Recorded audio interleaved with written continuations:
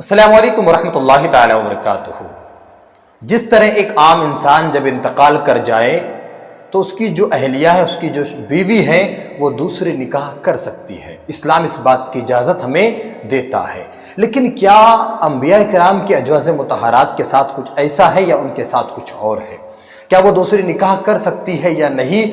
آج ہم ان تمام باتوں کو لے کر مفتی سلمان اظہری صاحب کے اس بیان کو اور ساتھ میں توصیف الرحمان کے بیانات کو ہم سنیں گے اور اس بات کو ہم سمجھیں گے کہ کیا انبیاء کرام کے ازواج مطہرات جو ہیں وہ دوسری شادی کر سکتے ہی ہیں یا نہیں کر سکتی ہے۔ آپ اس بیان کو ضرور سنیں۔ ہم اور آپ مر جائیں، ہماری بیویاں عدت گزارنے کے بعد دوسرے سے نکاح کر سکتی ہیں، ہے کہ نہیں کر سکتی؟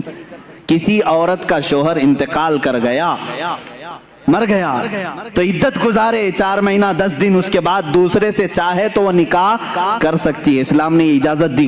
لیکن رسول پاک کی ازواج مطہرات کی یہ خصوصیت ہے کہ وہ زندگی بھر کبھی کسی دوسرے مرد سے نکاح نہیں کر سکتی۔ حضور کی وفات کے بعد بھی کئی ازواج مطہرات باحیات رہیں، اس میں حضرت عائشہ صدیقہ رضی اللہ تعالیٰ عنہ بھی رہیں، کافی سال تک رہیں حضرت عائشہ صدیقہ رضی اللہ تعالیٰ عنہ، لیکن کسی بھی زوجہ نے دوسری شادی نہیں کی، کیونکہ ان کے لیے حرام تھا، کوئی دوسرا ان سے نکاح نہیں کر سکتا تھا۔ کیوں نہیں کر سکتا تھا؟ وہ بھی تو عورتیں ہیں۔ ساری امت کی عورتوں کو مرد کی وفات کے بعد عدت گزار کر دوسرے سے نکاح کرنے کی اجازت ہے، تو ازواج مطہرات کو کیوں نہیں؟ تو میرے عزیزو، عقیدہ یہ بتایا جائے گا، ایک شوہر کے ہوتے ہوئے عورت دوسرے سے نکاح نہیں کر سکتی۔ نادان تو نے کیسے رسول کو مردہ سمجھا؟ وہ آج بھی رسول کی ازواج ہیں، وہ قیامت تک رسول کی بیویاں ہیں، کوئی دوسرا مرد ان کا شوہر نہیں ہو سکتا۔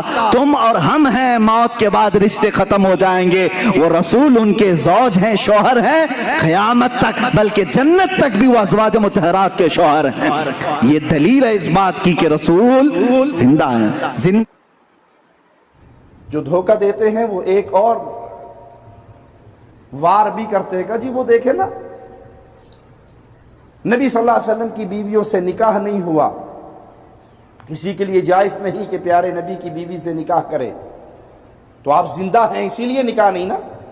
آپ کی وراثت تقسیم، وراثت کے بارے میں کہا کہ ہماری وراثت تقسیم نہیں ہوتی، آپ زندہ ہیں تو زندہ کی وراثت کیسے تقسیم ہوگی؟ آپ زندہ ہیں، آپ کی ازواج کے ساتھ کوئی اور نکاح کیسے کر سکے گا؟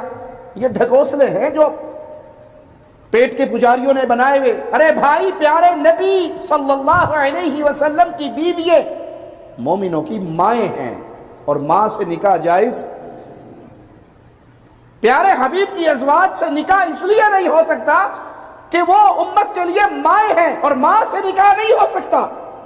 یہ معنی نہیں کہ آپ زندہ ہیں اس لیے آپ کی بیویوں کو نکاح ثانی کی اجازت نہیں، بلکہ وہ ہماری ماں ہے اور ماں سے نکاح اسلام میں حرام ہے۔ آپ کا مال، آپ نے فرمایا، صدقہ ہے امت کے لیے۔ انبیاء کی وراثت تو علم ہوا کرتی ہے۔ جو حقیقی مسئلہ ہے وہ یہ کہ پیارے حبیب جناب محمد رسول اللہ صلی اللہ علیہ وسلم فوت ہو گئے، دنیا چھوڑ گئے۔ صحابہ نے یہ جملے سنائے، مات النبی صلی اللہ علیہ وسلم۔ سید عائشہ نے یہ کہا، مات النبی۔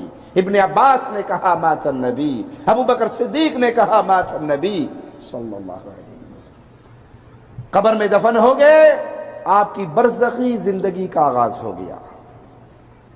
آپ اپنی قبر میں زندہ ہیں، پیارے نبی صلی اللہ علیہ وسلم اپنی قبر میں زندہ ہیں، لیکن آپ کی زندگی دنیاوی زندگی نہیں ہے، برزخی زندگی ہے۔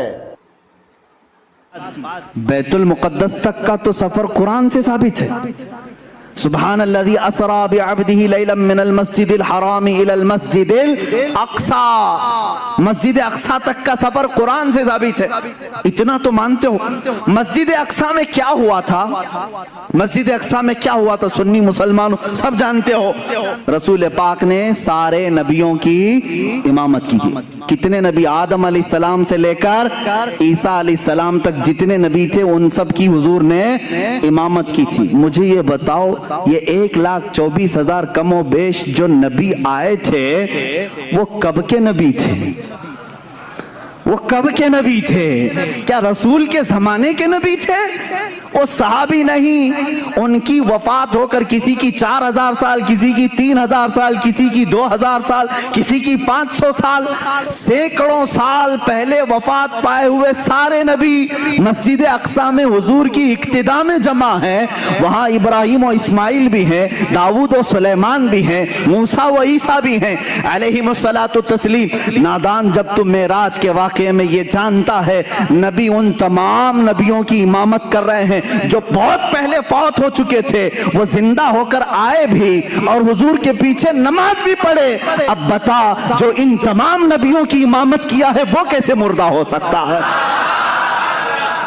خود میرے آقا فرماتے ہیں معراج کی سفر پر میں جب جا رہا تھا میں نے نظر کیا موسیٰ علیہ السلام کی قبر پر۔ حضور فرماتے ہیں موسیٰ علیہ السلام کہاں کہاں ہیں؟ یہاں بیت المقدس میں بھی ہیں، آسمانوں میں بھی ہیں، اور حضور کی ایک حدیث یہ بھی ہے میں نے سفر میں موسیٰ کی قبر کی طرف دیکھا، موسیٰ علیہ السلام کو اپنی قبر میں کھڑے ہو کر نماز پڑھتے ہوئے میں نے دیکھا۔ حضور کیا فرما رہے ہیں؟ کھڑے ہو کر نماز پڑھتے ہوئے میں نے دیکھا۔ یہ حدیثیں ہیں میرے عزیزو۔ اب مجھے بتاؤ نماز کون پڑھتا ہے، زندہ یا مردہ؟ نماز کون پڑھتا ہے؟ ارے مردہ ہو تو اس کی پڑھی جاتی ہے اور زندہ اپنی پڑھ رہا ہوتا ہے۔ اور اللہ کے نبی فرما رہے ہیں موسیٰ علیہ السلام کو میں نے قبر میں نماز پڑھتے ہوئے دیکھا۔ جب موسیٰ اپنی قبر میں نماز پڑھنے کے لیے زندہ ہے، میرا عقیدہ یہ ہے تو زندہ ہے واللہ، تو زندہ ہے واللہ، میری چشم عالم سے چھپ جانے۔ انبیاء کی وفات، انبیاء کا فوت ہو جانا، دنیا چھوڑ جانا قرآن اور حدیث سے ثابت ہے۔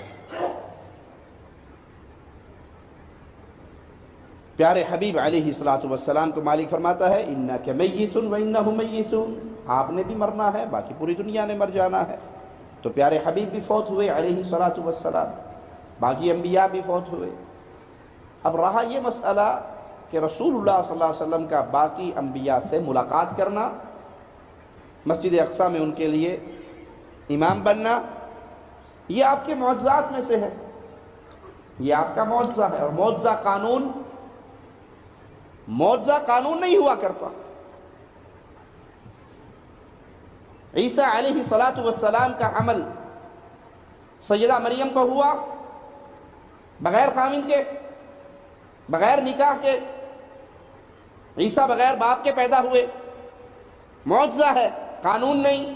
اور اگر آج کوئی لڑکی کہے کہ جیسے مریم کو حمل ہوا تھا بغیر نکاح، بغیر مرد کے چھوئے، تو مجھے بھی ہو گیا، تو مانا جائے گا؟ وہ قانون نہیں ہے، قانون واضح ہے۔ معجزہ قانون فطرت کے خلاف ہوتا ہے، جو اللہ کی طرف سے اللہ کے نبی کے ہاتھ میں ظاہر ہوتا ہے۔ تو حقیقت یہ ہے کہ انبیاء فوت ہو گئے، دنیا چھوڑ گئے، اللہ کی جنتوں میں چلے گئے، ان کی قبریں جنتوں کے باغ بن گئے۔ انبیاء کے پیارے اجساد کو زمین کی مٹی وہ جس طرح پاکیزہ طیب طاہر دفن ہوئے ویسے ہی پاکیزہ طیب طاہر اٹھائے جائیں گے۔ قبر کی مٹی انبیاء کے جسموں کو نہیں کھا سکتی۔ انبیاء کے مبارک اجساد قبر کی مٹی پہ حرام کر دیے گئے، لیکن وہ فوت ہو گئے، دنیا چھوڑ کے اس دنیا سے اگلے جہاں میں چلے گئے۔ تو جیسا کہ آپ تمام لوگوں نے مفتی سلمان اظہری صاحب کے بیانات کو سنے اور توصیف الرحمانی کے بھی بیان کو آپ نے سنا، تو ان تمام دونوں جملوں میں آپ کو سب سے زیادہ اگر کوئی چیز اگر بہترین لگے ہو تو آپ اس کو ضرور کمنٹ کریں اور آپ مجھے بتائیں کہ حقیقت بات کیا ہے۔ اور میں آپ سب کی جانکاری کے لیے بتا دوں کہ جو مفتی سلمان اظہری صاحب فرما رہے تھے کہ انبیاء کرام کے جواز مطہرات پر یہ حرام ہے کہ وہ دوسری نکاح کرے، ان تمام چیزوں کو لے کر آپ کا رائے کیا ہے آپ کمنٹ میں ضرور بتائیں، اور آپ میرے اس چینل کو ضرور سبسکرائب کریں اور میرے اس ویڈیو کو آپ ضرور شیئر کریں۔ جب تک کہ السلام علیکم ورحمۃ اللہ وبرکاتہ۔